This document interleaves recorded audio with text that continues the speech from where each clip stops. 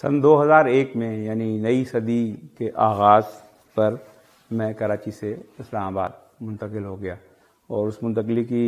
بنیادی وجہ تو ملازمت کا یہاں ہونا تھا۔ اسلام آباد کا ایک بڑا معروف ہاسپٹل ہے شفا انٹرنیشنل،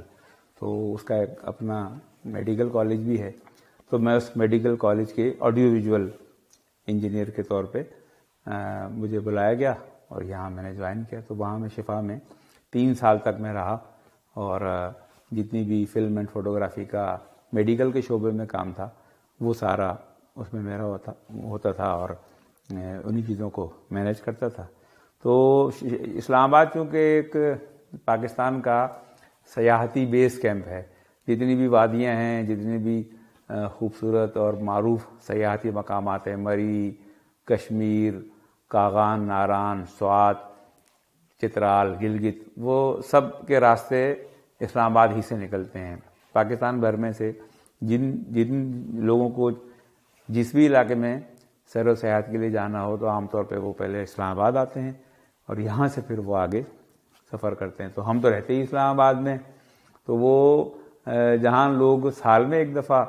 پروگرام بناتے تھے سیاحت کا، تو ہمارے یہاں جو چھوٹی چھوٹی پکنکس بھی ہوتی ہیں اداروں کی، وہ بھی ہم مری اور کاغان کا پلان کر کے جاتے تھے۔ تو ہر سال مختلف ڈپارٹمنٹس کے لوگوں کی پکنک ہوتی تھیں، کبھی کاغان، کبھی مری، کبھی کشمیر، ان جگہوں پہ ہم لوگ پکنک منانے جایا کرتے تھے۔ اور ٹھنڈے زیادہ سردی کے دن ہوتے تو ادھر جاتے تھے، کلر کہار اور راج کٹاس اور جو چکوال اور جہلم کے نمک کی کھیوڑا کی نمک کی کانیں ہیں، ان علاقوں کی سیر کے لیے جاتے تھے، اور گرمیوں میں پہاڑی وادیوں میں جاتے تھے۔ جو ہاسپٹل آپ کو پتہ ہے کہ ڈاکٹرز اور نرسز کی کام کرنے کی جگہ ہے، تو ڈاکٹروں کی بھی اس طریقے سے ہوتی تھی پکنک اور سیاحتی پروگرام ہوتے تھے، اور میڈیکل اسٹاف اور نرسوں کی بھی پکنک ہوتی تھی۔ لیکن جب نرسوں کی پکنک ہوتی تھی تو وہ خواتین ہی ہوتی تھیں، تو پورے اسٹاف میں سے کچھ ایسے لوگوں کو منتخب کر کے ان کے ساتھ بھیجا جاتا تھا کہ جن کو سمجھا جاتا تھا کہ یہ ذرا شریف لوگ ہیں اور یہ جو ہے نا خواتین کے ساتھ جانے کے قابل ہیں، تو ان کو ساتھ بھیجا جاتا تھا، وہ ان کو پکنک کروا کے گھما پھرا کے وہ لے آتے تھے۔ تو ایک دفعہ پتہ چلا کہ جی شفا ہاسپٹل کی نرسوں کی پکنک ہے، اور جو جھیل سیف الملوک دیکھنے جائیں گے۔ اب جھیل سیف الملوک یعنی کاغان، ناران، اس کا فاصلہ اسلام آباد سے اتنا تھا کہ ایک دن میں آپ جا کے واپس نہیں آ سکتے، بلکہ بیچ میں آپ کو رات رکنا پڑتا ہے۔ تو اب نرسیں جا رہی ہیں، اوور نائٹ پکنک ہے، تو کچھ شریف لوگوں کو منتخب کیا گیا کہ جو ان کے ساتھ جائیں۔ تو اس میں 1-2 لوگ تو وہ تھے جو شادی شدہ نرسز تھیں، ان کے شوہر حضرات تھے، وہ بھی تھے، اور جو دیگر لوگوں میں منتخب کیا ان میں مجھے بھی منتخب کیا گیا کہ جی آپ بھی نرسوں کے ساتھ پکنک پہ جائیں گے۔ اچھا، میں جو ہے وہ حیران بھی ہوا اور خوش بھی ہوا کہ چلو مجھے قابل اعتماد سمجھا گیا کہ نرسوں کے ساتھ پکنک کے لیے جو ہے وہ مجھے بھیجا جا رہا ہے۔ تو وہ ہم لوگ نکلے یہاں سے، اور ذہن میں یہی تھا کہ ہم یہاں سے جائیں گے اور شام تک بالا کوٹ پہنچیں گے۔ وہاں پہ ایک ہوٹل بک کیا ہوا تھا، رات کو وہاں پہ سب اس ہوٹل میں قیام کر کے صبح وہاں سے نکلیں گے، اور راستے میں ناشتہ کرتے ہوئے کوشش کریں گے کہ 1-2 گھنٹے میں ناران پہنچ جائیں، جھیل سیف الملوک دیکھ کے، اور پھر اسی دن واپسی اختیار کر کے رات تک اسلام آباد پہنچ جائیں۔ یہی کیا۔ بالا کوٹ ہم پہنچے، وہاں پہ کئی کمرے ایک ہوٹل میں بک تھے، وہاں ہم سب رکے، کھانا وانا رات کا کھا کے صبح ہم سویرے بغیر ناشتہ کیے اس ہوٹل سے اپنی کوسٹر میں بیٹھ کے نکل آئے۔ اچھا، وہ جو آپ کو تو یہ پتہ ہی ہے کہ جو نرسنگ اسٹاف ہوتا ہے اس میں مسلمان بھی ہوتے ہیں، اور ہمارے مسیحی برادری کی بچیاں جو ہے وہ بھی نرسنگ میں بہت ہیں، تو ہمارے ساتھ اس میں کرسچن بھی لڑکیاں تھیں جو نرسز تھیں۔ جب ہم بالا کوٹ سے نکلے اور ایک جگہ ہے بڑی اچھی پارس پہنچے، تو وہاں ایک ہوٹل کھلا ہوا تھا، چھوٹا سا ہوٹل تھا، اور اس میں جو ہے وہ انڈے پراٹھے چائے یہ مل رہا تھا۔ تو ہم لوگ 20-30 افراد تھے، تو ہم رک گئے، ہم نے ان سے کہا کہ بھی ہم سب لوگوں کا ناشتہ یہاں مل جائے گا، انڈا پراٹھا چائے؟ انہوں نے کہا جی مل جائے گا، بیٹھے۔ تو بڑی سی ایک ٹیبل تھی، تو ہم جو مرد حضرات تھے اور جو باقی جو جگہ بچی اس میں دیگر نرسز اور ہیڈ نرس وہ بیٹھ گئے، اور باقی لوگوں کو باہر کرسیاں وغیرہ لگا کے دی گئیں، وہ بھی ناشتے کے لیے بیٹھ گئے۔ تھوڑی دیر میں انڈے بھی آ گئے، پراٹھے بھی آ گئے، اور چائے بھی آنے لگی۔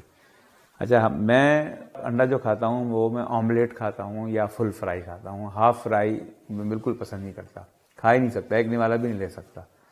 اچھا، انہوں نے جو ہوٹل والوں نے کیا کیا کہ چند ہی انڈے جو ہے انہوں نے فل فرائی کیے، باقی سارے ہاف فرائی انڈے سب کے سامنے رکھ دیے۔ میرے سامنے بھی آدھا تلا ہوا انڈا لا کے رکھ دیا۔ تو اس وقت تک جو وہ فل فرائی اور لوگوں کے سامنے رکھ چکے تھے، اور ان لوگوں نے کھانا بھی شروع کر دیا تھا۔ تو میں نے جو ہے وہ اس سے کہا ہوٹل والے سے کہ یار یہ تو مجھے تو فل فرائی انڈا چاہیے، یہ تو ہاف فرائی ہے، آپ ایسا کریں کہ ایک فل فرائی کر کے جائیں۔ تو اس نے کہا صاحب جتنے بھی انڈے تھے ہم نے وہ سارے ہم نے تل لیے ہیں، اور اب تو کوئی اور نہیں ہے، اب آپ کھائیں یہی۔ تو میں نے کہا نہیں تم اس کو لے جاؤ، اس کو فل فرائی کر کے لے آؤ۔ تو اسی وقت سامنے جو 2 نرسز بیٹھی ہوئی تھیں انہوں نے کہا کہ سر ہمارے پاس آیا ہے فل فرائی انڈا، وہ آپ کو میں دے دیتی، لیکن ہم نے اس میں سے نا ایک نوالا چکھ لیا ہے، تو چونکہ ہم اس کو ہاتھ لگا چکے ہیں، ہم نے چکھ لیا ہے، تو آپ مسلمان ہیں تو پتہ نہیں آپ یہ انڈا ہمارا کھایا ہوا آپ کھائیں گے کہ نہیں کھائیں گے۔ تو میں نے ہنسا اور میں نے اپنا ہاف فرائی انڈا